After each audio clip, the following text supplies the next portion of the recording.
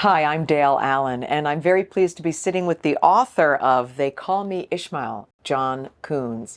I read this book, and it opened up a world that I did not know about Bougainville, which is the largest island in the Solomon Islands, an island archipelago in the South Pacific, and what a story is unfolding there. Welcome, D Kuhns. Dale, thanks for having me, and it's very good to see you. John, this book opens up, and from the very first pages, you get drawn in. It's an action story, it's a political story, it's a heartstring story, and it's a real story. So, John, how is it that you know so much about Ishmael Toroama? I was invited by some chiefs, leaders of Bougainville, to visit the island in August of 2015. Long story short is I stayed. I decided to stay for three very fundamental, almost simplistic reasons. First of all, they're very ethical and moral people. They're devout Christians. 80% of them are Roman Catholic, the other 20% are evangelical. It's nothing for them to walk a couple miles one way to church, either on Saturday or Sunday.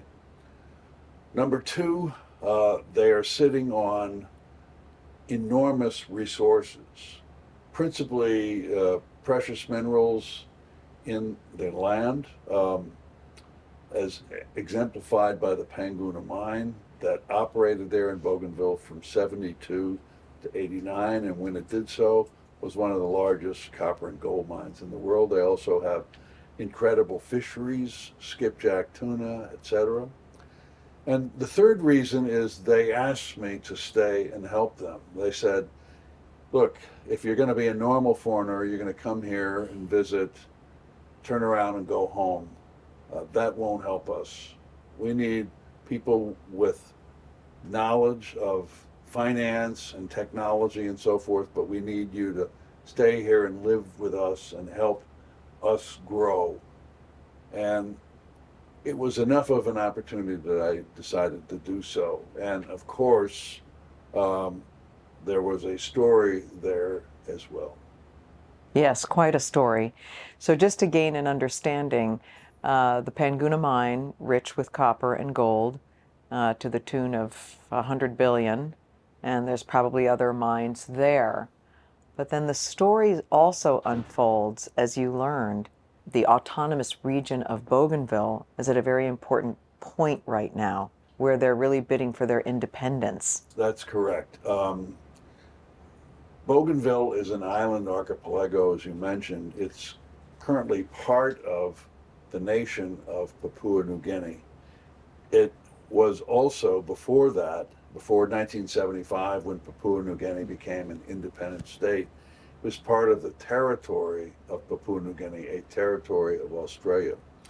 Australian mining people, represented by Rio Tinto, came to Bougainville and discovered mineral resources in the late 1960s and built the Panguna mine in a village area called Panguna in the central part of Bougainville Island, the largest island in the Bougainville archipelago. It was a bonanza. It became one of the largest, if not the largest, copper and gold mine on Earth. But unfortunately, little old Bougainville got very little return. Most of the cash was going to either Australia or Papua New Guinea or the mine's developers, Rio Tinto.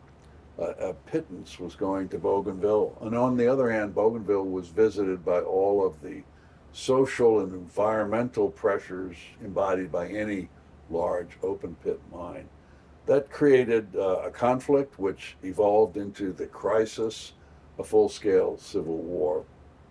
So the crisis took 10 years. It started in 1989, it ended in 2001, and then they had a slow period of rebuilding, which the chiefs were actually asking me to help them with. In the crisis, they did get the right to vote for independence after 20 years. So by 2020, they had to actually have that vote.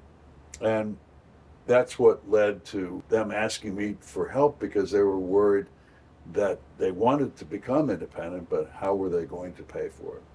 So here's this pinnacle moment. So we have these resources that are, unfathomable. They're just enormous resources, but they've never really benefited the people. Now emerges a leader, the president of the Autonomous Region of Bougainville, who has the interests of the people in mind and is committed to the independence of Bougainville. So here on the horizon now, there was the vote to vote for independence, the vote for President Toroama, Ishmael, they call me Ishmael. What is in the balance right now? How is this independence going to be won? First of all, they're an autonomous region, still part of Papua New Guinea, as you mentioned earlier. And they are entitled to that referendum, which took place in December of 2019. 97.7% of the population, an overwhelming number of them, voted for independence.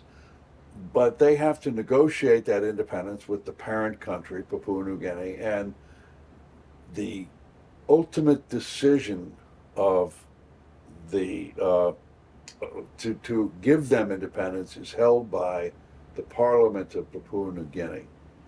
The Parliament of Papua New Guinea has been going back and forth negotiating with President Toroama since that vote was held in 2019. Of course, he was elected in 2020. And they're stalling. And the reason they're stalling is twofold. First of all, the Panguna mine, even though it's laid dormant all these years, is incredibly valuable, as you've pointed out. And Papua New Guinea would like to retain those resources for themselves. The second reason they're stalling is because they don't think that Bougainville can pull off what it takes to become independent, which is to certainly recognize that those resources are there, not only the minerals in the earth, but the fish in the sea, but more importantly, harness them, do something about it. And so President Toroama not only had to shepherd the country through its independence vote, get elected president, but now he's got to mobilize capital, technology, the will of the people to harness those resources. And PNG actually doesn't believe he can do it. And I can tell you they're underestimating the man. He will do it. The country will be independent. It's just going to be a question of how. He has the will of the people. As I look at this, as I look at Bougainville's quest and bid and really non-negotiable movement towards independence, President Toroama is very clear about that. He will win independence for Bougainville. In looking at the last 10 nations that gained independence, the most recent nations on the earth, what would be similar between those 10 and this potentially 11th next newest nation now? All of the 10 nations that have successfully achieved independence in the last 30 years have had moneyed interests behind them, whether the money is coming from London, New York, or Switzerland, or someplace else. Number two, they have had the will of the people. They have had voting or referendum or something conducted typically by the United Nations. Number three, they have had the resources to pay for independence, because nobody wants a nation achieving independence and then having to pass the hat again.